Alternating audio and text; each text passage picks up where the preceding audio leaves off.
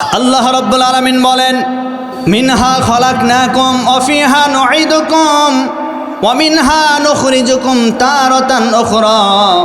আল্লাহ রাব্বুল আলামিন জানাই দিলেন, ও পৃথিবীর মানুষেরা, তোমাদেরকে আমি আল্লাহ এই মাটি থেকেই সৃষ্টি করলাম। এই মাটির ভিতরে একদিন তোমাদেরকে যেতে হবে। আবার এই মাটির ভিতর থেকে আমি রব্বুল আলামিন একদিন তোমাদেরকে আবার জীবিত করব, জিন্দা করব। আমার সামনে আবার তোমাদেরকে দাঁড়িয়ে যেতে হবে। আর এই দুনিয়ার জীবন, এই দুনিয়ার জিন্দেগি শেষ করার পরে আমরা আল্লাহর আদালতে একদিন উপস্থিত হয়ে যাব, হাজির হয়ে যাব। সে হাজিরা কিভাবে আমরা দিব? আমাদের মৃত্যুর মাধ্যমে আমরা এই পৃথিবীর মায়া ত্যাগ করে অন্ধকার কবরে চলে যাব।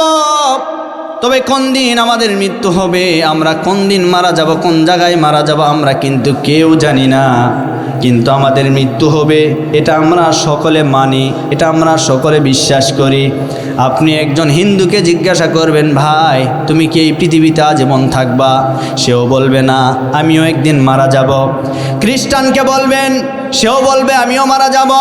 বৌদ্ধকে বলবেন, বৌদ্ধ বলবে আমিও মারা যাব। সবাই আমরা একদিন মারা যাব। মারা যাওয়ার ব্যাপারে কারো কোনো সন্দেহ নাই।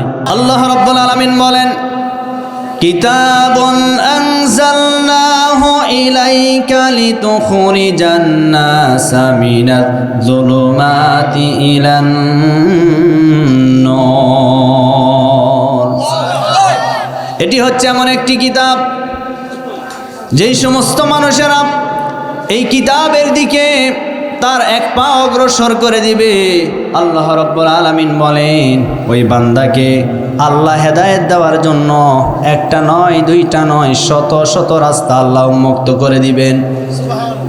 আল্লাহ রাব্বুল আলামিন বলেন, ওয়াল্লাযীনা জাহাদু ফীনা লানাহদিয়ান্নাহুম সুবুলানা ওয়া ইন্নাল্লাহা লামাআল মুহসিনিন।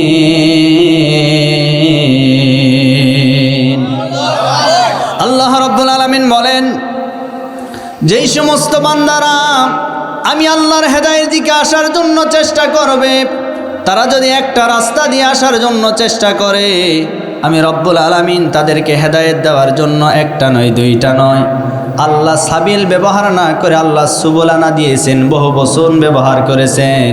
তার মানে আল্লাহ একটা নয়, দুইটা নয়, শত শত রাস্তা ওই বান্দা এবং বান্দীদেরকে হেদায়েত দেওয়ার জন্য আল্লাহ চেষ্টা করেন।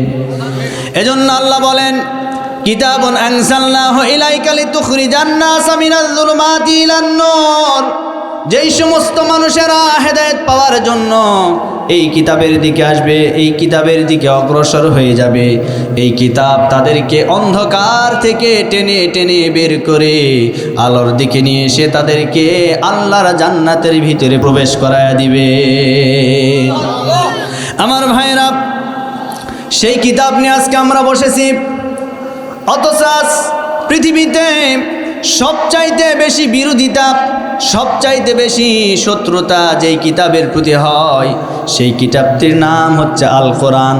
এই পৃথিবীতে তাওরাত আছে, ইঞ্জিল আছে, জাবর আছে, বাইবেল আছে, বেদ আছে, পুরাণ আছে, রামায়ণ আছে, মহাভারত আছে, আরও অনেক কিতাব এই পৃথিবীর জমিনে আছে। কিন্তু অন্য কোনো কিতাবের প্রতি মানুষের এত সন্দেহ, অন্য কোনো কিতাবের প্রতি মানুষের এত আকর্ষণ নাই, অন্য কোনো কিতাবের বিরোধিতা পৃথিবীতে নাই। একটি মাত্র কিতাবের বিরোধিতা এই পৃথিবীতে সবচাইতে মানুষেরা করে, তার নাম হচ্ছে আল্লাহর কোরআন। কিন্তু মনে রাখবেন, কোরআনের বিরোধিতা যত করবে, কোরআনের পক্ষে মানুষ তত বাড়বে। কথা বলেন না কেন? আজ পৃথিবীতে কোরআনের বিরোধিতা কম হয় না বেশি হয়? জোরে বলেন। আজ বাংলাদেশের দিকে তাকান, এই বাংলাদেশের জমিনে একদল মানুষ কোরআনের পক্ষে কথা বলে, আরেকদল মানুষ কোরআনের বিপক্ষে অবস্থান নিয়েছে। আমি স্পষ্ট ভাষায় আপনাদেরকে বলতে চাই, এ কোরআন তো সেই কিতাব, এ কোরআন এমন একটি কিতাব যেই কিতাব মানলে আল্লাহ রাব্বুল আলামিন মানুষদেরকে অন্ধকার থেকে আলোর দিকে নিয়ে আসবে। সেই কিতাবের বিরোধিতা যুগে যুগে যেই সমস্ত মানুষেরাই করেছে, তাদেরকে রব্বুল আলামিন লাঞ্ছিত, অপমানিত করে দুনিয়া থেকে বিদায় করে দিয়েছেন।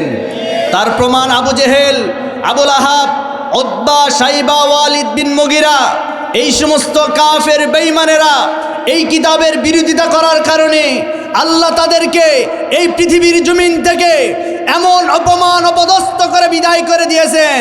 তাদের থেকে আল্লাহ রাব্বুল আলামিন আমাদেরকেও বলেন, আজও যারা বাংলার জমিনে এই কিতাবের বিরোধিতা যারা করবে, আল্লাহর আইনের বিরোধিতা যারা করবে, তাদেরকেও আল্লাহ আবু জেহেল, আবুল আহাবের মতো দুনিয়া থেকে বিদায় করে দিবেন। সুতরাং এই কিতাবের বিরোধিতা কেউ করবেন না। আপনি আমার বাবার বিরুদ্ধে বলেন, আমার গায়ে লাগবে না। আপনি আমার মার বিরুদ্ধে বলেন, আমার কোনো অসুবিধা নাই। কিন্তু যখনই আপনি কোরআনের বিরুদ্ধে কথা বলবেন, আমি মুসলমান, তখন ঘরে বসে থাকতে পারবো না। কথা বলেন না কেন? এটা আমার ইমানের দাবি, এটা আমাদের কলিজা, এটা আমাদের সব কিছু। সুতরাং কোরআনের বিরুদ্ধে যারাই অবস্থান নিবে, আমরা দল মত নির্বিশেষে, কে আওয়ামী লীগ করে, কে বিএনপি করে, কে জামাত ইসলাম করে, কে জাতীয় পার্টি করে, কে চরমোনাই করে, এটা দেখার টাইম নাই। কোরআনের বিরুদ্ধে যারাই অবস্থান নিবে, বাংলার মুসলমান তাদের বিরুদ্ধেই দাঁড়িয়ে যাবে। আমরা কারা কারা রাজি আছি? দুটি হাত তোলা, আল্লাহকে দেখা দেয়। লিল্লাহে তাকবীর, লিল্লাহে তাকবীর। কোরআনের বিরুদ্ধে যারাই অবস্থান নেই, এরা যদিও জন্মগত মুসলমান, কিন্তু স্বপ্নের মাধ্যমে আবুল আহাবের সাথে এদের সাক্ষাৎ হয়। কথা বলেন, কথা বলেন। সুতরাং কোরআনের বিরুদ্ধে লাগিয়েন না। কোরআনের বিরুদ্ধে যারাই গেছে, আল্লাহর দ্বীনের বিরুদ্ধে যারাই অবস্থান নিয়েছে, তাদেরকে আল্লাহ এই পৃথিবীর জমিন থেকে বিদায় করে দিয়েছে। সম্মানিত ভাইয়েরা আমার, আমি আপনাদের সামনে কোরআনে কারিমের যে আয়াতে কারিমা তেলাওয়াত করেছি, আমরা সে আয়াতের দিকে চলে যাই। আমি আপনাদের সামনে একেবারে আমার পরিচিতি একটি আয়াত তেলাওয়াত করেছি। আমরা সকলে মানুষ মারা যাওয়ার পরে যখন মাটি দেওয়া হয়, আমরা একটি দোয়া পড়ি। কোন দোয়া বলেন তো বাবাজি? মিনহা খলাকনাকুম ওয়া ফিহা নুঈদুকুম ওয়া মিনহা নুখরিজুকুম তারাতান উখরা। এই যে দোয়াটা আমরা পড়লাম, মূলত কি এটা কি মাটি দেওয়ার দোয়া? এটা কি শুধু মাটি দেওয়ারই দোয়া? মূলত এটা মাটির দেওয়ার শুধু দোয়াই নয়, বরং এটি হচ্ছে আল্লাহর কোরআনে কারিমের একটি আয়াত। সুবহানাল্লাহ। আল্লাহ রাব্বুল আলামিন বলেন, মিনহা খলাকনাকুম ওয়া ফিহা নুঈদুকুম ওয়া মিনহা নুখরিজুকুম তারাতান উখরা। আল্লাহ রাব্বুল আলামিন জানাই দিলেন, ও পৃথিবীর মানুষেরা, তোমাদেরকে আমি আল্লাহ এই মাটি থেকেই সৃষ্টি করলাম। এই মাটির ভিতরে একদিন তোমাদেরকে যেতে হবে। আবার এই মাটির ভিতর থেকে আমি রব্বুল আলামিন একদিন তোমাদেরকে আবার জীবিত করব, জিন্দা করব। আমার সামনে আবার তোমাদেরকে দাঁড়িয়ে যেতে হবে। আর এই দুনিয়ার জীবন, এই দুনিয়ার জিন্দেগি শেষ করার পরে আমরা আল্লাহর আদালতে একদিন উপস্থিত হয়ে যাব, হাজির হয়ে যাব। সে হাজিরা কিভাবে আমরা দিব? আমাদের মৃত্যুর মাধ্যমে আমরা এই পৃথিবীর মায়া ত্যাগ করে অন্ধকার কবরে চলে যাব। তবে কোন দিন আমাদের মৃত্যু হবে, আমরা কোন দিন মারা যাব, কোন জায়গায় মারা যাব, আমরা কিন্তু কেউ জানি না। কিন্তু আমাদের মৃত্যু হবে, এটা আমরা সকলে মানি, এটা আমরা সকলে বিশ্বাস করি। আপনি একজন হিন্দুকে জিজ্ঞাসা করবেন, ভাই তুমি কি এই পৃথিবীতে আজীবন থাকবা? সেও বলবে না, আমিও একদিন মারা যাব। খ্রিস্টানকে বলবেন, সেও বলবে আমিও মারা যাব। বৌদ্ধকে বলবেন, বৌদ্ধ বলবে আমিও মারা যাব। সবাই আমরা একদিন মারা যাব। মারা যাওয়ার ব্যাপারে কারো কোনো সন্দেহ নাই। তবে আমরা বলি, মৃত্যুর সময় একজন ফেরেশতা আসে, তার নাম হচ্ছে আজরাইল ফেরেশতা। এই আজরাইল ফেরেশতা জান কবজ করার জন্য আসেন। আজরাইল ফেরেশতা রূহ নিয়ে যাওয়ার জন্য আসেন। প্রত্যেকটা মানুষের সামনে আসবে। আসার পরে রূহটা বের করে দেহের ভিতর থেকে বের করে নিয়ে চলে যাবেন। আমার ভাইরা, এজন্য আমি আপনাদেরকে বলতে চাই, মানুষ মারা যায় মূলত দুইটা হালতে, একটা ভালো আরেকটা মন্দ। এই পৃথিবীর জমিনে কিছু কিছু মানুষ আছে যারা মন্দ অবস্থায় মৃত্যুবরণ করে, অর্থাৎ পাপিষ্ট। পাপিষ্ট যারা, বেনামাজি যারা, যারা আল্লাহর হুকুম মানে না, আল্লাহর আইন মানে না, যেই সমস্ত মহিলারা বেপরদা অবস্থায় চলবে, যারা নামাজ পড়বে না, যারা স্বামীর আনুগত্য করবে না, এই সমস্ত মানুষদের মৃত্যুটা হবে ভয়ঙ্কর মৃত্যু। তার মানে আজকে আমার আলোচনার প্রথম নাম্বার টপিক হলো পাপিষ্ঠদের মৃত্যু কিভাবে হবে। এইটা আমাদের জানার দরকার আছে না নাই? এই পৃথিবীর জমিনে পাপিষ্ঠদের মৃত্যু এমন লাঞ্ছনা এবং গঞ্জনার হবে, ওই মানুষটাকে যদি দুনিয়াতে একবার পাঠায় দেওয়া হতো, ওই মানুষটা যদি দুনিয়াতে ফিরে আসতো, ওই মানুষ সবার কর্ণকহরে পৌঁছায় দিত, ভাই রে ভাই, তোমরা কোনোদিন নামাজ কাজা করিও না, তোমরা কোনোদিন আল্লাহর দিনের বিরোধিতা করিও না, তোমরা কোনোদিন রোজা কাজা করিও না, আল্লাহর হুকুম মানো, এইরকম ভালো ভালো কথা সে বলতো। তার কারণ মৃত্যুর মতো যন্ত্রণা, মৃত্যুর যে কঠিন যন্ত্রণা, যে মারা যায় সে বোঝে কত কঠিন অবস্থায় তাকে মৃত্যুবরণ করা লাগে। এই পৃথিবীর জমিন থেকে যারা পাপিষ্ঠ অবস্থায় মারা যাবে, যারা পাপ করতে করতে বেনামাজি অবস্থায় মারা যাবে, যারা সুদ ঘুষের সাথে নিজের জীবনকে জড়ানোর পরে এই পৃথিবীর মায়া ত্যাগ করে অন্ধকার কবরে চলে যাবে, যারা এই পৃথিবীর জমিনে মদ, জিনা, ব্যভিচার এইরকম পাপ কাজ করতে করতে মারা যাবে, এই সমস্ত মানুষদের সামনে আমার ভাইয়েরা মৃত্যু যখন হাজির হয়ে যাবে, মৃত্যুর যেই ফেরেশতা চলে আসবে তার নাম হলো আজরাইল আলাইহিস সালাতু ওয়াস সালাম। আজরাইল ফেরেশতা যখন চলে আসবে, আসার পরে এই পাপিষ্ঠ, এই নালায়েক বান্দার দেহ থেকে যখন রূহটা বের করে ফেলবে, এমন কষ্ট, এমন আযাব দিয়ে তার ভিতর থেকে রূহটা বের করবে, ওই মানুষটা এতটা কষ্টের ভিতরে থাকবে। আল্লাহর নবী বলেন, একজন পাপিষ্ঠ বান্দা এই পৃথিবীর মায়া যেদিন ত্যাগ করবে, যেদিন মারা যাবে, আজরাইল যখন রূহটা বের করে ফেলবে, আল্লাহর নবী বলেন, একটা জীবন্ত ছাগলকে তার চামড়া ছিলে যে এরকম সে কষ্ট পাবে, তার চাইতো একজন পাপিষ্ঠ বান্দা আজরাইল যখন তার রূহ বের করবে, তার চাইতেও বেশি কষ্ট সে অনুভব করবে, এতটা কষ্ট পাবে। শুধু তাই নয় আমার ভাইয়েরা, আজরাইল ফেরেশতা যখন তার কাছে চলে আসবে, আসার পরে সর্বপ্রথম তাকে মৃত্যু ঘটানোর জন্য তার পায়ের ভিতরে হাত মারবে। হাতটা যখন তার পায়ে বসায় দিবে, দেওয়ার পরে তার রূহটা বের হতে চাইবে না, একেবারে রূহটা চামড়ার ভিতরে ঢোকা শুরু করবে, তার হাঁটুতে চলে আসবে। হাঁটু থেকে আবার যখন হাত মারবে, তার এই রূহটা আবার কোমর পর্যন্ত চলে আসবে। কোমরে যখন হাতটা মারবে, এই রূহটা আবার বুকের ভিতরে চলে আসবে। বুকের ভিতরে যখন হাত মারবে, এই রূহটা আবার গলা পর্যন্ত বের হয়ে আসবে। গলাতে যখন হাত মারবে, এমন অবস্থায় ওই রূহটা আজরাইলের হাত থেকে বাঁচার জন্য চামড়ার ভিতরে লুকানোর ব্যবস্থা করবে, কিন্তু কোনো জায়গায় লুকিয়ে সে রক্ষা পাবে না। এক পর্যায়ে আজরাইল আলাইহিস সালাতু ওয়াস সালাম ওই রূহটার উপরে মারতে থাকবেন, এমন মারতে থাকবেন, মারতে মারতে এমন জোরে তাকে আঘাত করবেন, ওই রূহটা তখন বলবেন, ভাই আমাকে আর মারিও না, আমি এত কষ্ট আর সহ্য করতে পারছি না, আমি এত কষ্ট আর সহ্য করতে পারছি না। আল্লাহ রাব্বুল আলামিন বলেন, ওয়ালাউ তারা ইয ইয়াতাওয়াফাল্লাযীনা কাফারুল মালাইকাতু ইয়াদরিবুনা ওয়ুজুহাহুম ওয়া আদবারহুম ওয়া যুকু আযাবাল হারিক।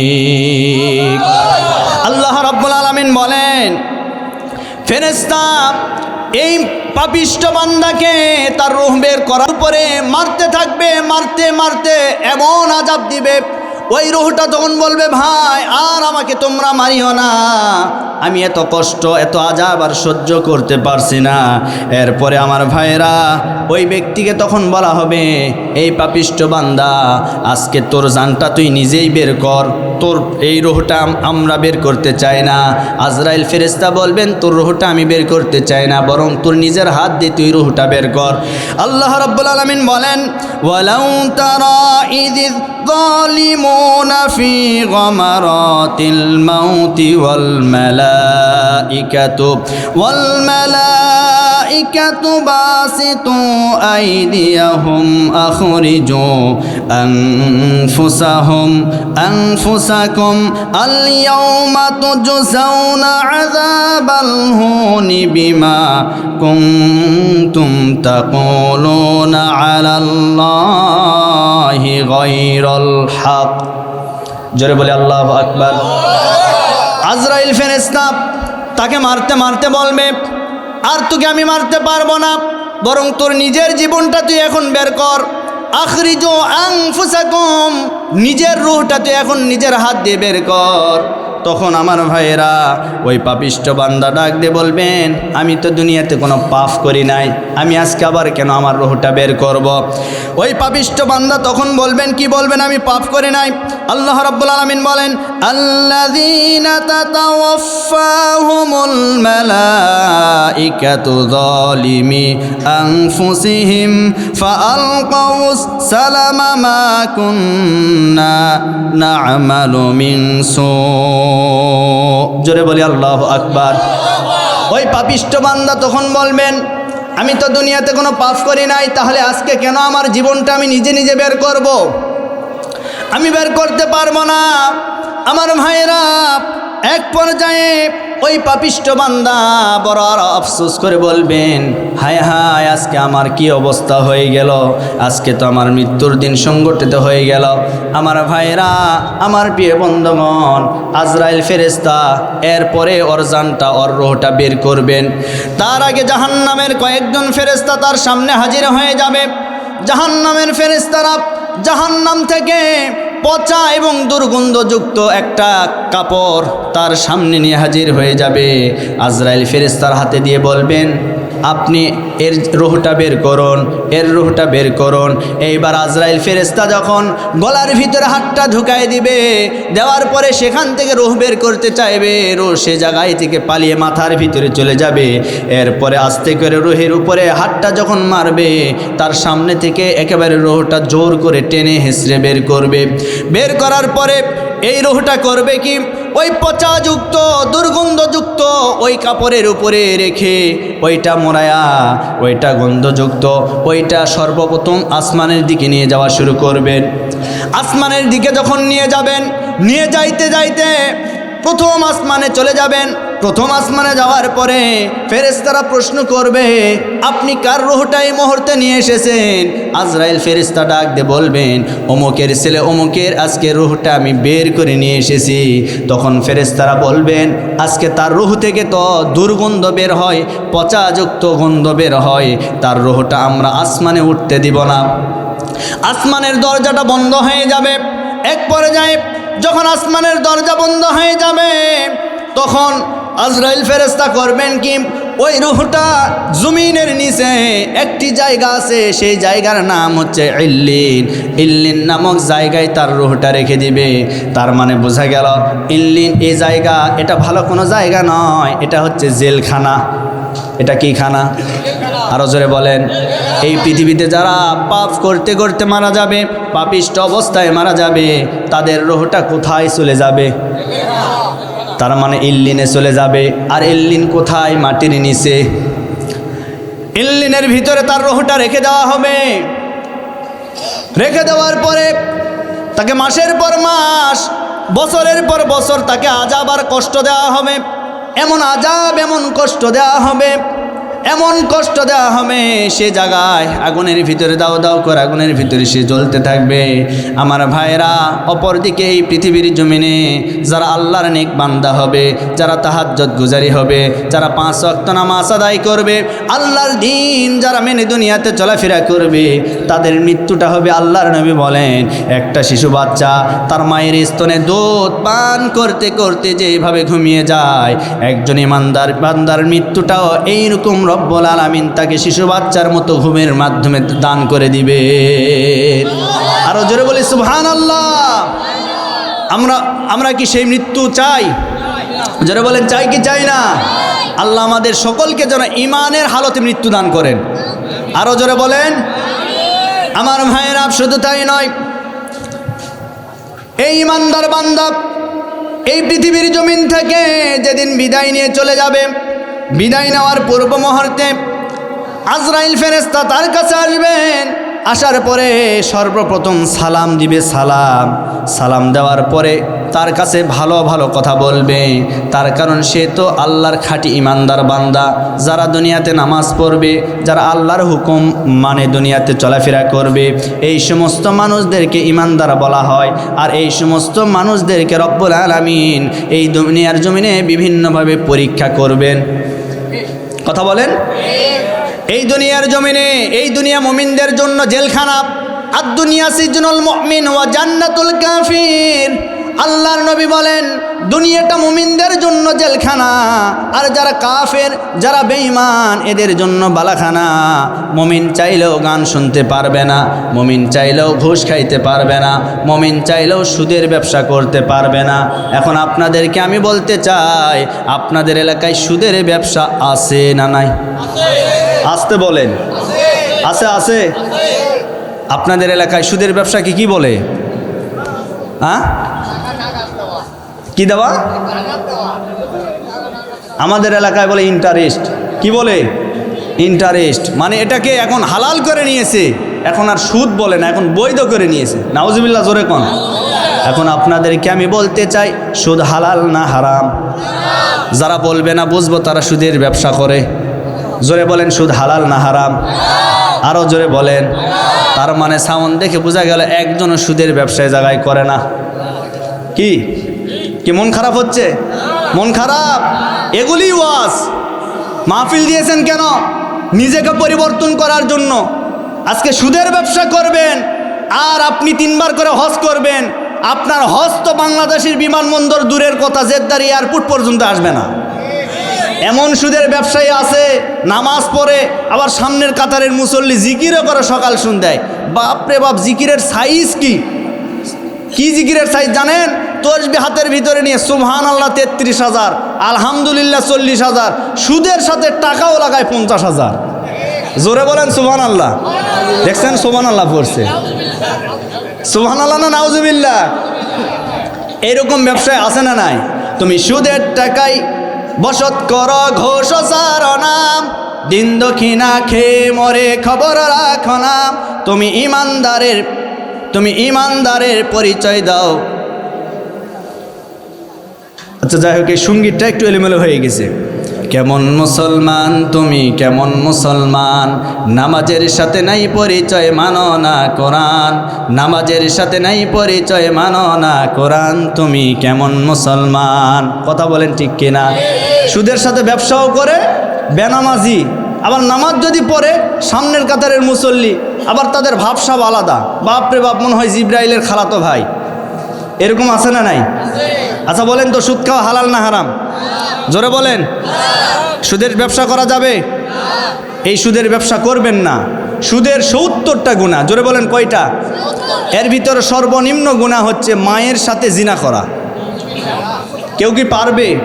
এই সমাজে কেউ আছে মায়ের সাথে জিনা করবে? সুতরাং সুদকে আল্লাহ হারাম করে দিয়েছেন। এটা বিলকুল হারাম। আপনি যে কায়দায় খান ওটা হারাম। আল্লাহ যেটা হারাম করেছেন ওটা হারাম। আপনি কোনোদিন ওটাকে হালাল করতে পারবেন না। কথা বলেন ঠিক কিনা? আমার ভাইরা, আমার প্রিয় বন্ধুগণ, এজন্য আমরা সুদের সাথে আমাদের জীবনটাকে কখনো জড়াবো না। ঘুষের সাথে আমাদের জীবনটাকে আমরা কখনো জড়াবো না। আজ এই সমাজের ভিতরে দুর্নীতি, ঘুষ, এরপরে টেন্ডারবাজ, জায়গা জমি দখল করা, এগুলি বাড়ছে না কমছে? জোরে বলেন। আজ আমার সমাজের ভিতরে জিনা আছে না নাই? আমাদের সমাজের ভিতরে সুদ আছে না নাই? ঘুষ আছে না নাই? বেপরদা মহিলা আছে না নাই? কিন্তু এত কিছু থাকার পরেও এত ওয়াজ মাহফিল দিয়ে এগুলি বন্ধ হয় না। তার মানে বোঝা গেল ওয়াজ মাহফিল দিয়ে কখনো মানুষ হেদায়েত হয় না। হেদায়েত পেতে গেলে আল্লাহর কোরআনের আইন লাগবে। আল্লাহর কোরআনের আইন যদি থাকে, আজ আমার সমাজের ভিতরে, এই কোরআনের ভিতরে আল্লাহ আকিমুসসালাহ, নামাজ কায়েম করতে বলেছেন, কিন্তু আমরা সারাটা জীবন নামাজ পড়েই গেলাম, কিন্তু নামাজ কায়েমের আন্দোলন করলাম না। আল্লাহ বলেন ওই নামাজ পড়ার আমার কাছে কোনো মূল্য নাই। সুতরাং নামাজ পড়তে হবে, পাশাপাশি নামাজ কায়েমের আন্দোলন করতে হবে। আজ বাংলাদেশের ভিতরে 90% মুসলমান, এই 90% মুসলমানদের দেশে আল্লাহর কোরআনের আইন যদি, নামাজের বিল যদি বাংলাদেশের জাতীয় সংসদ ভবনে পাশ করা হতো, এই দেশের ভিতরে আর কোনো বেনামাজি মানুষকে খুঁজে পাওয়া যেত না। আজকে যদি একটা জিনাকারের আইন যদি কোরআন দিয়ে করা হতো, এই বাংলাদেশের জমিনে বাইতুল মোকাররম জাতীয় মসজিদের সামনে একটা জিনাকারকে ধরে যদি এই কোরআনের আইন দিয়ে বিচার করে তাকে সঙ্গে সার করে পৃথিবী থেকে বিদায় করে দেওয়া হতো, আমার তো বিশ্বাস আগামীতে বাংলাদেশে আর কোনোদিন কোনো জিনাকারীকে খুঁজে পাওয়া যেত না। একটা চোরের বিচার যদি কোরআন দিয়ে করা হতো, এই বাংলাদেশের জমিনে চোরকে ধরার পরে চোরের হাত কেটে দেওয়ার আইন যদি কার্যকর করা হতো, এই দেশে গরু চুর তো দূরের কথা, হোন্ডা চুরি তো দূরের কথা, এই দেশে মসজিদের জুতা চুরি বন্ধ হয়ে যেত। লাগবে কি? জোরে বলেন, লাগবে কি? এটা বললে কি মন খারাপ হয়? আমি কার আইনের পক্ষে বললাম? আল্লাহর আইনের পক্ষে বললে যদি আপনার মন খারাপ হয়, তার মানে বোঝা গেল আপনার শরীরে অ্যালার্জি আছে। কি কথা বলেন না কেন? যাদের শরীরে অ্যালার্জি আছে এদের চুলকানি রোগ কম না বেশি? দেখবেন বেগুন খাওয়া লাগে না, বেগুন দেখলেই চুলকানি শুরু হয়। কথা বলেন? কোরআন শরীফের ওয়াজ শোনা লাগবে না, কোরআন দেখলে এদের অ্যালার্জি শুরু হয়ে যায়। কিন্তু আমরা বলতে চাই আগামীর বাংলাদেশ হবে আল কোরআনের বাংলাদেশ, আগামীর বাংলাদেশ হবে দাড়ি টুপিওয়ালার বাংলাদেশ, আগামীর সংসদ হবে ইসলামী সংসদ, দাড়ি টুপিওয়ালার সংসদ, কোরআনের সংসদ। আগামীর বাংলাদেশে ইসলামপন্থীদের বিজয়ের মাধ্যমে আমরা দেখতে চাই এই জমিন যার আইন চলবে তার, এই আইনের পক্ষে আমরা কারা কারা রাজি আছি? দুটি হাত তোলা আল্লাহকে দেখায়।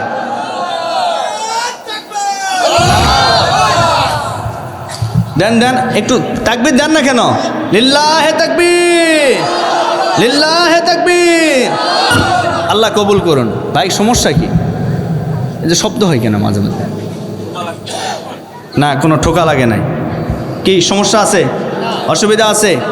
আমরা ইমানদার হয়ে মৃত্যুবরণ করতে চাই, রাজি আছি না নাই? আরো জোর বলেন, রাজি আছি না নাই? আমরা ইমানদার অবস্থায় মৃত্যুবরণ করতে চাই। এই পৃথিবীর জমিনে যারা ইমানদার অবস্থায় মৃত্যুবরণ করবে, এই সমস্ত মানুষদের রূহটা রব্বুল আলামিন এমন সুন্দরভাবে তাদের দেহ থেকে বের করবেন। আল্লাহর ফেরেশতা আজরাইল তাদের সামনে আসবেন, আসার পরে সর্বপ্রথম সালাম দিবেন। সালাম দেওয়ার পরে তাদের দেহ থেকে রূহটা যখন বের করবেন, বের করার পরে একদল ফেরেশতা এসে জান্নাত থেকে সুন্দর একটা তোয়ালা, সুন্দর একটা রুমাল নিয়ে আসবেন। এই রুমাল নিয়ে আসার পরে তার এই রুহটা ওই সুন্দর রুমালের ভিতরে রেখে দিবেন। আর রুহ থেকে, ওই রুমাল থেকে মিশক আম্বরের চাইতো গন্ধ বের হবে, সুগন্ধি বের হবে, ভালো গন্ধ বের হবে। আমার ভাইরা, এই রুহটা আজরাইল ফেরেশতা যখন প্রথম আসমানে নিয়ে যাবেন, প্রথম আসমানে নিয়ে যাওয়ার পরে ফেরেশতারা জিজ্ঞাসা করবে আপনি কার রূহটা নিয়ে এসেছেন? তখন ওই ফেরেশতা বলবে অমুকের ছেলে অমুকের রূহটা আমি নিয়ে এসেছি। ওই ফেরেশতারা বলবেন আহলান সাহলান মারহাবান, আজকে যার রূহটা আপনি নিয়ে এসেছেন এই রূহটার উপরে আল্লাহ এবং রাসূল খুশি ছিলেন। সুবহানাল্লাহ কোন। অতএব আজকে তার জন্য প্রথম আসমানের দরজা খুলে দেওয়া হলো। প্রথম আসমানের দরজা যখন উন্মুক্ত হয়ে যাবে, একটা দুইটা এরকম করে সপ্ত আসমানের উপরে একটি জায়গা আছে, তার নাম হচ্ছে ইল্লিন। একটি জায়গা তার নাম ইল্লিন। কাফেরদের রূহ যাবে সিজ্জিনে, জেলখানার ভিতরে যাবে। আর ইমানদার যারা হবে তাদের রূহ যাবে ইল্লিনের ভিতরে। সপ্ত আসমানের উপরে যে জায়গা, ওই জায়গাটির নাম হচ্ছে ইল্লিন। ওই জায়গার ভিতরে ইমানদারদের রূহটা রেখে দেওয়া হবে। আমার ভাইয়েরা, ইল্লিনের ভিতরে যারা থাকবে তাদের রূহটা জান্নাতি রূহ বলে আল্লাহ ঘোষণা করেছেন। জোরে বলি সুবহানাল্লাহ। সুতরাং ওই জায়গায় আমাদের রূহ চলে যাক, এটা আমরা চাই কি চাই না? আরও জোরে বলেন, চাই কি চাই না? শুধু চাইলেই হবে না, আমাদেরকে নেক আমল করার দরকার আছে না নাই? আমার ভাইয়েরা, আমরা এই পৃথিবীর জমিন থেকে ইমানদার অবস্থায় যেন মৃত্যুবরণ করতে পারি, এজন্য কিছু কিছু আলামত আছে, যে আলামতগুলি দেখলে বোঝা যায় এই মানুষটার মৃত্যু ভালো মৃত্যু হয়েছে। এর ভিতরে এক নম্বর আলামত, যেই মানুষটা এই পৃথিবীর জমিনে মৃত্যুর পূর্বে আল্লাহ যাকে বালা মুসিবতের ভিতরে নিমজ্জিত করবেন, যাকে বালা মুসিবত দান করবেন, মৃত্যুর আগে বুঝতে হবে আল্লাহ তাকে ইমানের হালতে মৃত্যু দান করতে চান। বালা মুসিবত এই পৃথিবীর জমিনে সবচাইতে বেশি আল্লাহ দান করেছেন নবী আলাইহিস সালাতু ওয়াস সালামদেরকে, এরপরে দান করেছেন সাহাবায়ে কেরাম, এরপরে তবে তাবেঈনে কেরাম, এইরকম করে বহু ইমামদেরকে, আলিম ওলামাদেরকে ইমানের পরীক্ষা দিয়ে আল্লাহর জান্নাতে যাওয়া লেগেছে। আজও যদি আমরা ইমানের হালতে মৃত্যুবরণ করতে চাই, আমাদেরকেও কিন্তু সেই পরীক্ষার সম্মুখীন হওয়া লাগবে। আল্লাহ রাব্বুল আলামিন বলেন, আহাসিবান নাস আইয়াতরাকু আইয়াকুলু আমান্না ওয়া হুম লা ইফতানুন। মানুষেরা এটা কি ধারণা করে তারা শুধুমাত্র মুখে কালেমা পড়বে, ঈমান আনয়ন করবে, আর আল্লাহ তাদেরকে পরীক্ষা করবে না? পরীক্ষা অবশ্যই করবে। এই পৃথিবীর জমিনে ঈমানদার যারা হবে, আল্লাহর প্রতি ঈমান আনয়ন যারা করবে, রব্বুল আলামিন তাদেরকে ঈমানের পরীক্ষা দিয়ে আল্লাহর জান্নাতের ভিতরে প্রবেশ করায় দিবেন। আমার ভাইরা, এই পৃথিবীর জমিনে আল্লাহ ঈমানদারদেরকে 4টা জিনিস দ্বারা পরীক্ষা করেন। জোরে বলেন কয়টা? আল্লাহ রাব্বুল আলামিন বলেন, ওয়ালা নাবলুওয়ান্নাকুম বিশাইইম মিনাল খাউফি ওয়াল জু'i ওয়া নাকসিম মিনাল আমওয়ালি ওয়াল আনফুসি ওয়াস সামারাত ওয়া বাশশিরিস সাবিরিন। আল্লাহ রাব্বুল আলামিন বলেন, মুমিন যারা হবে তাদেরকে আল্লাহ পরীক্ষা করবেন 1 নম্বরে ভয় দ্বারা। কিসের ভয়? এই পৃথিবীর জমিনে শুধু আল্লাহর ভয় নয়, কিছু মানুষ আছে তাদেরও ভয়ের দরকার আছে। এই দীর্ঘ 15 থেকে 16টি বৎসর এই জমিনের ভিতরে যারা আল্লাহর দিন পরিপূর্ণ মানত, তারা কিন্তু বিভিন্ন সময় ভয়ে থাকতো, না জানে কোন সময় পুলিশ আমার বাড়িতে আসে। কথা বলেন না কেন?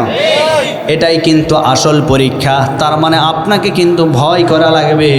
এই দীর্ঘ 16টি বৎসর এটাই কিন্তু হয়েছে, ঈমানদারদের উপরে জুলুম করা হয়েছে। কিন্তু মনে রাখবেন, জুলুম করে পৃথিবী থেকে কেউ রেহাই পায় নাই। আজকে যেই ব্যক্তিটা জুলুম করলো আলিমদের উপরে, যেই ট্রাইব্যুনাল গঠন করে ভালো ভালো মানুষদের বিচার করলো, আজকে সেই ট্রাইব্যুনাল আছে, সেই ট্রাইব্যুনালে কিন্তু তার রায় হয়ে গেছে ফাঁসির রায়। কথা বলেন? সেই মানুষটা কিন্তু আমাদেরকে জ্বালায়া পোড়ায়া করেছে সরকার। তাহলে 2 নাম্বার ভালো মৃত্যুর আলামত হলো, মৃত্যুর সময় যে মানুষটা ইমানের হালতে মৃত্যুবরণ করবে তার কপালটা ঘেমে যাবে। এই সমাজে দেখবেন যারা ইমানদার হয়ে মারা যায় তাদের মৃত্যুর সময় কপাল ঘেমে যায়। যদি কপাল ঘেমে যায়, বুঝতে হবে এই মানুষটার মৃত্যু ভালো হয়েছে, এই মানুষটা জান্নাতি হয়ে গেছে। আরও জোরে বলে সুবহানাল্লাহ। 3 নম্বর আল্লাহর নবী বলেন, এই পৃথিবীর জমিনে ভালো মৃত্যুর আলামত হলো জুমার দিন অথবা জুমার রাত্রে মৃত্যুবরণ করা। এটিও একটি ভালো আলামত। যে মানুষটা নামাজ পড়তো, আল্লাহর দিন মানত, আল্লাহর কোরআন মানত, আলিমদের পক্ষে অবস্থান নিত, এই মানুষটা দেখবেন যদি জুমার দিন অথবা জুমার রাত্রে মারা যায়, বুঝতে হবে ওই মানুষটা বেঈমান নয়, ঈমানদার অবস্থায় মৃত্যুবরণ করেছে। ঈমানের হালতে মৃত্যুবরণ করা এটা সৌভাগ্যের বিষয়। 4 নম্বরে ভালো মৃত্যুর আলামত হলো শহীদি মৃত্যু পাওয়া, শহীদের রাস্তা, শহীদ অবস্থায় মৃত্যুবরণ করা। যেই সমস্ত মানুষেরা শহীদ অবস্থায় মৃত্যুবরণ করবে, বুঝতে হবে এই মানুষটার মৃত্যু ভালো হয়েছে। আমার ভাইয়েরা, শহীদের রাস্তা এটা সব সময় আমরা চাইবো কার কাছে? যারা মুমিন বান্দা হবে, এই মানুষদের অন্তরের ভিতরে শহীদের তামান্না থাকতে হবে। যার অন্তরের ভিতরে শহীদের তামান্না থাকবে না, ও কোনোদিন ঈমান নিয়ে মৃত্যুবরণ করতে পারে না। ও মৃত্যুর সময় বেঈমান হয়ে দুনিয়া থেকে বিদায় নেবেন। শহীদের রাস্তা আল্লাহর কাছে যাইতে হবে। এজন্য সাহাবায়ে কেরামরা সব সময় আল্লাহর কাছে দোয়া করতেন, আল্লাহ আপনি আমাকে শহীদের রাস্তা দান করুন। এমন একজন সাহাবী, যেই সাহাবীর নাম হচ্ছে আব্দুল্লাহ। এই আব্দুল্লাহ সাহাবী আমার রাসূলের কাছে আসলেন, আশ্রয় নিলেন। বাড়ি থেকে তার চাচা বের করে দিয়েছেন, একেবারে অর্ধ অলঙ্গ করে বাড়ি থেকে বের করে দিয়েছেন, শুধুমাত্র ঈমানটা গ্রহণ করার কারণে। এই ঈমানটা গ্রহণ করার কারণে আব্দুল্লাহ সাহাবী ঘর ছেড়েছেন, বাড়ি ছেড়েছেন, জায়গা ছেড়েছেন, জমি ছেড়েছেন, সব কিছু ছেড়েছেন, এমনকি রাসূলের দরবারে যাবেন। এমন সময় চাচা ডাক দিয়ে বলেন, ভাতিজা তুমি তো রাসূলের দরবারে যাও, নবীর দরবারে যাও, এইদিকে আসো।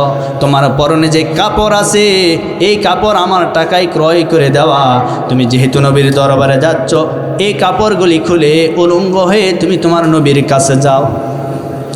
আব্দুল্লাহ সাহাবী চোখের পানি ছেড়ে দিয়েছেন, ডাক দিয়ে বলেন, চাচা, ও চাচা, আপনি আমার কাছ থেকে জায়গা সম্পত্তি সব নিয়েছেন, আমার কোনো আপত্তি নাই। আপনার বাড়ি থেকে আমাকে বের করে দিবেন, আমার কোনো আপত্তি নাই। আপনি আমাকে ত্যায্য করেছেন, আমার কোনো আপত্তি নাই। কিন্তু আপনার কাছে আমার আপত্তি হলো, আমি এই পৃথিবীর শ্রেষ্ঠ মহা মানুষের দরবারে যাচ্ছি, সেই মানুষটার সামনে উলঙ্গ হয়ে কীভাবে যায়? অতএব আমি আপনার কাছে সামান্য একটা সামান্য একটা কাপড় চাই, এক টুকরা কাপড় চাই, যেই কাপড় দ্বারা আমি আমার এই শরীরটা আবৃত করতে পারবো, আমার রাসূলের দরবারে আমি যেতে পারবো। এইবার চাচার মনটা গলল না, বরং চাচা রাগান্বিত হয়, বললেন, এ ভাতিজা, আমি কাপড় কেন, আবার সমস্ত সম্পত্তি তোকে আমি ফিরিয়ে দিতে পারবো, এর বিনিময়ে কালেমা ছাড়তে হবে। ভাতিজা ডাক দে বলেন, চাচা, সাফ সাফ কথা আমার কাছ থেকে আপনি জেনে নেন। আপনি আমার কাছ থেকে সমস্ত দুনিয়া যদি কেড়ে নেন, আর যদি বলেন ঈমান ছেড়ে দাও, আমি দুনিয়া ছাড়তে রাজি, কিন্তু আমি ঈমান ছাড়তে রাজি নয়। আল্লাহু আকবার। যা সে মর সব নিয়ে যাও, ঈমান আমার নিও না। মারহাবা কোন? আরো জোরে বলেন মারহাবা। যা সে মর সব নিয়ে যাও, ঈমান আমার নিও না। ঈমান সারা ও গো প্রভু মরণ আমায় দিও না, যা সে মর সব নিয়ে যাও, ঈমান আমার নিও না। খাব্বাবেরি খাঁটি ঈমান পড়ে গেল দেহটা, সেই ঈমানটা রক্ষা করতে নিঃস্ব হলো জীবনটা। সেই ঈমান এত দামি জাহেলরা বোঝে না, যা সে মর সব নিয়ে যাও, ঈমান আমার নিও না। ঈমান সারা ও গো প্রভু মরণ আমায় দিও না, যা সে মর সব নিয়ে যাও, ঈমান আমার নিও না। আমার ভাইরা, আমরাও আব্দুল্লাহ সাহাবীর মতো বলতে চাই, আমাদের জীবন চলে যাবে, আমরা আমাদের ঘর ছাড়তে পারি, আমরা আমাদের মা বাবাকে ছাড়তে পারি, আমরা আমাদের সব কিছু ছাড়তে পারি, কিন্তু যতক্ষণ এই দেহের ভিতরে প্রাণ থাকবে ততক্ষণ পর্যন্ত বাতিলের সামনে আমরা আমাদের ঈমানটাকে বিক্রি করতে পারবো না। আমার ভাইয়েরা ডাক দিয়ে বললেন, চাচা, আপনি আমার কাছ থেকে সব নিয়ে নেন, এরপরেও ঈমান ছাড়তে পারবো না। এইবার চাচা বললেন, ঠিক আছে, কাপড় খোল, উলঙ্গ হয়ে যা, আমার বাড়ি থেকে বের হয়ে যা। উলঙ্গ হয়ে গেলেন, মার কাছে চলে গেলেন, কান্না জড়িত কণ্ঠে ডাক দিয়ে বলেন, মা, ও মা, ঈমানটা গ্রহণ করার কারণে আজকে আমাকে সমস্ত সম্পত্তি থেকে ত্যাগ করা হয়েছে, ঘর থেকে বের করে দেওয়া হয়েছে, বাড়ি থেকে বের করে দেওয়া হয়েছে। ও মা, আমার কোনো আফসোস নাই, কিন্তু আমাকে উলঙ্গ করে বাড়ি থেকে বের করে দেওয়া হয়েছে। মা, আমি রাসূলের দরবারে যেতে চাই, আমি আমার দয়াল নবীর দরবারে যেতে চাই, অতএব তুমি সামান্য একটা কাপড় আমাকে দাও, আমি আমার সম্ভ্রমকে আবৃত করে আমি রাসূলের দরবারে যেতে চাই। এইবার মা একটা কাপড় দিলেন। কাপড় দেওয়ার পরে আব্দুল্লাহ সাহাবী নিজের ইজ্জতকে ঢেকে রাসূলের দরবারে চলে গেলেন। যাওয়ার পরে রাসূলকে বললেন, নবী গো, আজকে ঈমানটা গ্রহণ করার কারণে আমি সব কিছু ছেড়ে দিয়েছি, আমার জায়গা জমি সব পরিত্যাগ করেছি। হুজুর, শুধুমাত্র ঈমানটা গ্রহণ করার কারণে আমি আপনার মহব্বতে আপনার কাছে এসেছি। তখন আমার নবীজি ও আব্দুল্লাহ সাহাবীর হাতটা উঁচু করে সাহাবায়ে কেরামদেরকে বলেন, ও সাহাবীরা, এই মুহূর্তে যদি তোমরা কোনো জান্নাতি যুবককে দেখতে চাও, আব্দুল্লাহ সাহাবীর চেহারার দিকে তাকায়া দেখো। আব্দুল্লাহ সাহাবী জান্নাতি হয়ে গেছে। এরপরে আল্লাহর কাছে নবীজি হাত তুলে দোয়া করেন। নবীজি হাত তুলে দোয়া করেন, রব্বুল আলামিন, রব্বুল আলামিন, যে আব্দুল্লাহ আমাকে মহব্বত করে, আপনাকে ভালোবেসে আপনার মহব্বতে ইসলাম ধর্ম গ্রহণ করেছে, কালেমা গ্রহণ করেছে, সে আব্দুল্লাহর জন্য আপনি কাফের বেঈমানদের তরবারিটা হারাম করে দেন। এই দোয়া যখন নবী করলেন, আব্দুল্লাহ সাহাবী মন খারাপ করলেন, ডাক দিয়ে বলেন, নবী গো, আপনি কি দোয়া করলেন? উল্টা দোয়া আমার জন্য করবেন না। আমি তো আমার জীবনকে বাঁচানোর জন্য কালেমা গ্রহণ করি নাই, আমি তো ওই জিহাদের ময়দানে না যাওয়ার জন্য কালেমা গ্রহণ করি নাই, বরং আপনি দোয়া করেন আমি যেন আল্লাহর রাস্তায় শহীদ হতে পারি। এই শহীদের তামান্না আমার মনের ভিতরে, আমি যেন জিহাদের ময়দানে যেতে পারি, আমি যেন শহীদ হতে পারি। নবীজি বললেন, আব্দুল্লাহ, তুমি মন খারাপ করিও না, মন খারাপ করিও না। তোমার মনের ভিতরে যদি শহীদের তামান্না থাকে, যেই মানুষটার অন্তরের ভিতরে শহীদের তামান্না থাকবে, ওই মানুষটা বিছানায় মারা গেলেও আল্লাহ থেকে শহীদের রাস্তা দান করে দিবে।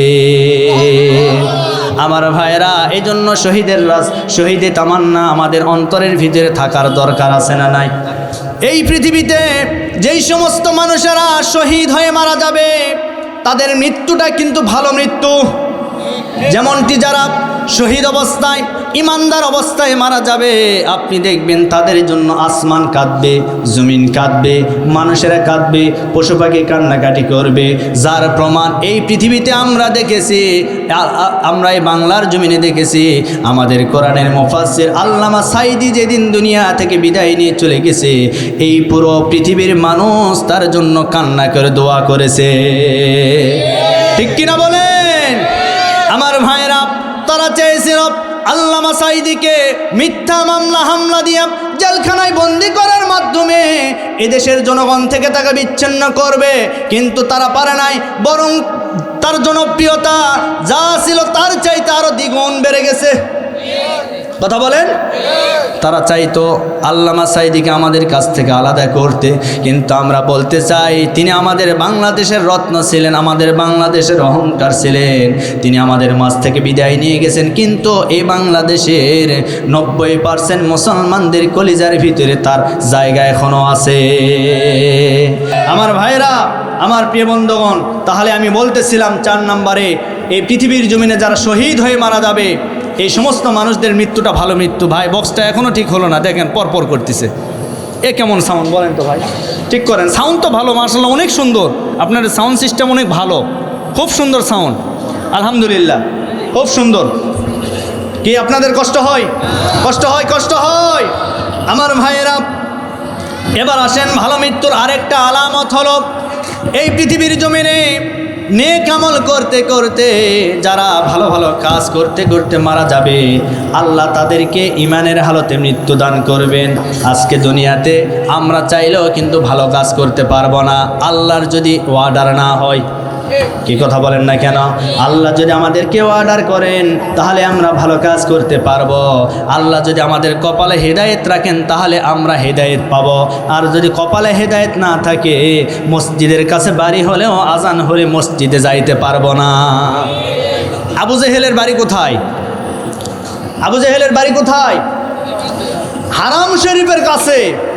হারাম শরীফের কাছে আবু জেহেলের বাড়ি। আমার রাসূলের বাড়ি একটু দূরত্বে, কিন্তু আবু জেহেলের বাড়ি হারাম শরীফের একেবারে নিকটে। এরপরেও হারামখোরের কপালে হেদায়েত ছিল? হেদায়েত ছিল? হেদায়েত ছিল না। আজ আমার সমাজের ভিতরে এমন কিছু মানুষ আছে হারামখোর, মসজিদের কাছে বাড়ি, আজান হয়, মসজিদে যেতে পারে না, মসজিদ চোখে দেখে না। এই আবু জেহেলের চাইতেও নিকৃষ্ট। কথা বলেন? এজন্য হেদায়েত থাকতে হবে। আমার ভাইরা, হেদায়েতের মনও থাকতে হবে। আজকে আমাদের হেদায়েতের মন যদি না থাকে, আল্লাহ আমাদেরকে হেদায়েত দিবে না। আমাদের মন থাকতে হবে। যেমনটি বনি ইসরায়েলের যুগের একটি ঘটনা বলবো, কি শুনবেন? বনি ইসরায়েলের একজন ব্যক্তি 99টা মানুষকে হত্যা করেছে। জোরে বলেন কত? 99টা মানুষকে হত্যা করার পরে সে নিজে নিজে অনুতপ্ত হলেন, হায় হায় আমি তো খুনি, আমি পাপী, এই পৃথিবীর সবচেয়ে বড় পাপী আমি। আমাকে বিজ্ঞ কোনো ব্যক্তির কাছে যেতে হবে, আসলে আমি মাপ পাবো কিনা, আমি আল্লাহর কাছ থেকে ক্ষমা পাবো কিনা, বিজ্ঞ একজন ব্যক্তির কাছে যেতে হবে। এই নিয়ত করে তিনি খ্রিস্টান একজন পাদ্রীর কাছে গেলেন। যাওয়ার পরে বললেন, পাদ্রী মশাই, আমি তো 99টা মানুষকে হত্যা করেছি, এরপরে নিজে নিজে বুঝতে পারলাম যে এটা আমার ভুল ছিল, আমি অনুতপ্ত হয়ে আপনার স্মরণে এসেছি, আপনার কাছে আমি এসেছি। পাদ্রী মশাই, আমি কি এই মুহূর্তে আল্লাহর কাছ থেকে, আমার সৃষ্টিকর্তার কাছ থেকে কি মাপ পাবো? তখন পাদ্রী সাহেব বললেন, হায় হায়, এত বড় পাপী আমি কোনোদিন দেখি নাই, যে 99টা মানুষকে জবাই করতে পারে, 99টা মানুষকে হত্যা করতে পারে, এর চাইতে বড় পাপী বান্দা পৃথিবীতে কেউ নাই। আমার কাছ থেকে দূরে সরে যাও, তোমার মতো জঘন্য ব্যক্তি আমি কোনোদিন দুনিয়াতে দেখি নাই, তুমি এই জায়গায় থাকলে আল্লাহর গজব পড়বে, তোমার আমার কাছ থেকে সরে যাও। ওর মাথা খারাপ হয়ে গেছে, মেজাজটা খারাপ হয়ে গেছে, কি এত বড় কথা, তরবারি বের করে ওর কল্লাটায় আগে কেটে ফেলেছে। কয়টা হলো এখন? জোরে বলেন। আগে ছিল 99, তাকে মারার কারণে কয়টা হলো? 100টা। এই 100টা মানুষকে যখন মারলেন, যখন সেঞ্চুরি করে ফেললেন, সেঞ্চুরি করার পরে এবার আবার অনুতপ্ত অন্তর নিয়ে, হেদায়েতের মন নিয়ে একজন আলিমের কাছে চলে গেলেন। যাওয়ার পরে আলিমকে বললেন, ও আলিম, আমি তো আজকে 100টা মানুষকে হত্যা করে ফেলেছি। 100টা মানুষকে হত্যা করার পরে আমি নিজে নিজে চিন্তা করলাম, হায় হায় আমি তো বড় পাপী হয়ে গেলাম, আমি কি আল্লাহর কাছ থেকে মাপ পাবো নাকি? তখন ওই আলিম ডাকতে বলেন, আসলে আপনি কি প্রকৃতভাবে ভালো হতে চান? তখন ওই ব্যক্তিটা ডাকতে বলেন, আমি ভালো হতে চাই, আমি আর কোনোদিন পাপ করতে চাই না, আমি আর কোনোদিন মানুষ হত্যা করতে চাই না, আমি কি আল্লাহর কাছ থেকে মাপ পাবো? তখন ওই আলিম ডাকতে বলেন, কি বলেন আপনি? আপনি কেন মাপ পাবেন না? তার কারণ হলো 100 ভাগ দয়ার ভিতরে 99 ভাগ দয়া আল্লাহর কাছে আল্লাহ রেখে দিয়েছেন, আর 1টি ভাগ মাত্র দয়া এই পৃথিবীর সমস্ত মানুষের অন্তরের ভিতরে আল্লাহ দান করেছেন। এই 100 ভাগের 99 ভাগ দয়া আল্লাহর কাছে আছে, 1 ভাগ দয়া আমার ভিতরে আছে, আপনার ভিতরেও আছে, এরপরে মায়ের ভিতরে আছে, বাবার ভিতরে আছে, প্রত্যেকটা মানুষের কলিজার ভিতরে আছে।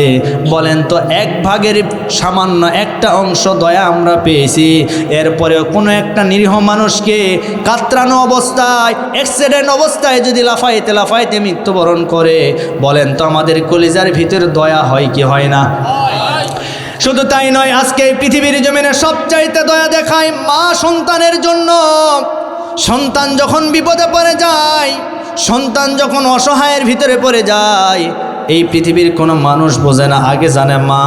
মার কলিজার ভিতরে আঘাত লেগে যায়, মা কিন্তু বুঝতে পারে। আমার ভাইয়েরা, আমি যেটা বোঝানোর চেষ্টা করতেছিলাম, ওই মায়ের ভিতরেও কিন্তু 1 ভাগের সামান্য অংশ দয়া আল্লাহ দিয়েছেন। আজকে সামান্য দয়া যদি মায়ের ভিতরে যাওয়ার কারণে সন্তান বিপদে পড়লে মায়ের কলিজা যদি ছটফট করা শুরু করে, 99 দয়া আল্লাহর কাছে আল্লাহ রাব্বুল আলামিন রেখে দিয়েছেন বান্দা আর বান্দীদেরকে মাফ করার জন্য। আপনি কি বলেন, আল্লাহর একটা দয়া দিয়ে যদি আল্লাহ আপনাকে মাফ করেন, আপনি সেই মাফটাই তো নিতে পারবেন না, বরং আপনি খাঁটি নিয়তে আল্লাহর কাছে তওবা করেন। আপনি যদি তওবা করতে পারেন, তওবা করার মতো করতে পারেন, রব্বুল আলামিন আপনার তওবা কবুল করে নিয়ে আপনার জীবনের সমস্ত পাপগুলি আল্লাহ মাফ করে দিবে। ওই ব্যক্তি আল্লাহর কাছে তওবা করলেন, মাফ পেয়ে গেলেন। মাফ পাওয়ার পরে এবার জিজ্ঞাসা করলেন, ভাই আপনি কোথায় থাকেন? বলে, আমি অমুক জায়গায় একটা গ্রামে থাকি। বলে, ওই গ্রামে আর থাকা যাবে না, তার কারণ হলো তোমার গ্রামের আশেপাশে যারা অবস্থান করে প্রত্যেকটা মানুষ পাপের সাথে জড়িত, পাপ কাজ করে, সবাই জিনা ব্যভিচারের সাথে লিপ্ত, খুন খারাপির সাথে লিপ্ত। অতএব তুমি যদি তোমার ঈমান টিকাতে চাও, তুমি যদি ভালো থাকতে চাও, তাহলে ওই এলাকায় আর থাকা যাবে না, ওই এলাকা ত্যাগ করে তোমাকে অন্য একটা জায়গায় যেতে হবে। তার কারণ আমাদের সমাজেও একটি কথা আছে, সৎ সঙ্গে স্বর্গবাস, অসৎ সঙ্গে সর্বনাশ। আজকে দেখবেন আপনার বন্ধু যদি ভালো হয় আপনিও ভালো হবেন, আপনার বন্ধু যদি খারাপ হয় আপনিও খারাপ হয়ে যাবেন। 10 জন বন্ধু, এর ভিতরে 9 জন যদি নামাজি হয় আর একটা যদি বেনামাজি হয়, 10টা দিন ওই 9 জন বন্ধুর সাথে ঘোরাফেরা করতে করতে ওই একজন বন্ধুও কিন্তু একদিন নামাজি হয়ে যাবে। আর এই 10টা বন্ধুর ভিতরে 9 জনই বেনামাজি, একজন নামাজি। লক্ষ্য করে দেখবেন এই 9 জন বন্ধু নামাজ পড়ে না, এই 9 জন বন্ধু নামাজ পড়ে না, একজন নামাজ আদায় করে। আপনি খেয়াল করে দেখবেন বেনামাজির সাথে থাকতে থাকতে ওই একজনও কিন্তু বেনামাজি হয়ে যায়। কথা বলেন ঠিক কিনা? এই জন্য আমার ভাইয়েরা আমাদের সঙ্গ ভালো করতে হবে। যুবক ভাই যারা আছেন তাদেরকে আমি বলতে চাই আমাদের সঙ্গ ভালো করতে হবে। আপনি কার সাথে বন্ধুত্ব স্থাপন করেছেন আজকে দুনিয়ার দিকে আপনি লক্ষ্য করে দেখুন। আপনার জন্য কোনো বন্ধু আপনার আপন নয়, আপনার কেউ আপনার আপন নয়। একমাত্র যিনি আপন, গলার আওয়াজ ছেড়ে দিয়ে বলুন তিনার নাম কি? সে আল্লাহ কিন্তু আমাদের আপন। আমার ভাইয়েরা আমি আপনাদেরকে যেটা বলতেছিলাম, এই পৃথিবীর জমিনে নেক আমল করতে করতে ভালো ভালো কাজ করতে করতে যারা মারা যাবে এই মানুষগুলির মৃত্যু ভালো মৃত্যু আল্লাহ দান করে দিবেন। এরপরে 6 নম্বরে ভালো মৃত্যুর আরেকটি আলামত, যারা হজ এবং ওমরা করতে গিয়ে মৃত্যুবরণ করবে এই সমস্ত মানুষদেরকেও আল্লাহ ইমানের মৃত্যু দান করে দিবে। আমার ভাইয়েরা নবীজির একটি হাদিস, আমার নবীজি হজের মৌসুমে আরাফার ময়দানে অবস্থানকালে একজন সাহাবী ইহরাম পরা অবস্থায় দুনিয়া থেকে বিদায় নিয়ে চলে গেল। দুনিয়া থেকে বিদায় নিয়ে চলে যাওয়ার পরে আমার নবীজি বললেন, ও সাহাবীরা তোমরা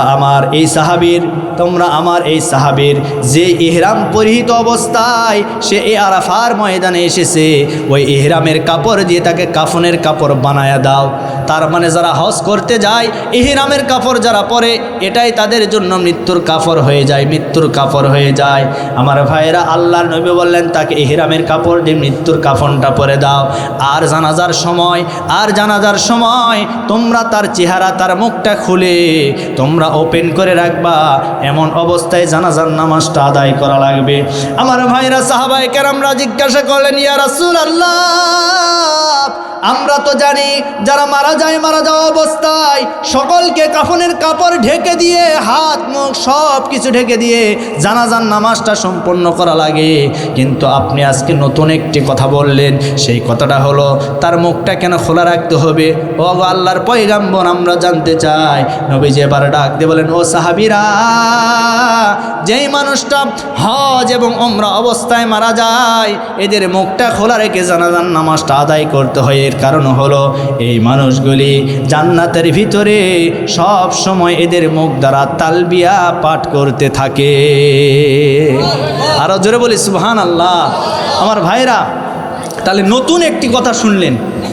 কথাটা হলো মানুষ মারা গেলে মানুষের মুখ কখনো খোলা রাখা যায় না জানাজার নামাজের সময়, কিন্তু যারা হজ ওমরা করতে যাবে এমন অবস্থায় মারা গেলে তাদের চেহারা মুখমণ্ডল খোলা রেখে জানাজার নামাজটা আদায় করতে হবে। এ হুকুমটা কার? আমার প্রিয় বন্ধুগণ, আল্লাহর নবী বললেন যারা হজ এবং ওমরা অবস্থায় মারা যাবে আল্লাহ তাদেরকে বিনা হিসেবে জান্নাত দান করবেন। আরও জোরে বলি সুবহানাল্লাহ। 7 নম্বরে ভালো মৃত্যুর যে একটি আলামত, মানুষটা যে ভালো মৃত্যুবরণ করেছে এর আলামত হলো ওই মানুষটার শেষ সময় মুখে কালেমা পড়তে পড়তে সে মৃত্যুবরণ করবে। যে মানুষটা কালেমা পড়তে পড়তে মৃত্যুবরণ করবে বুঝতে হবে সেই মানুষটার মৃত্যু ভালো হয়েছে, ইমানে হালত হয়েছে, আল্লাহ তাকে বিনা হিসেবে আল্লাহর জান্নাতে প্রবেশ করায় দিবে।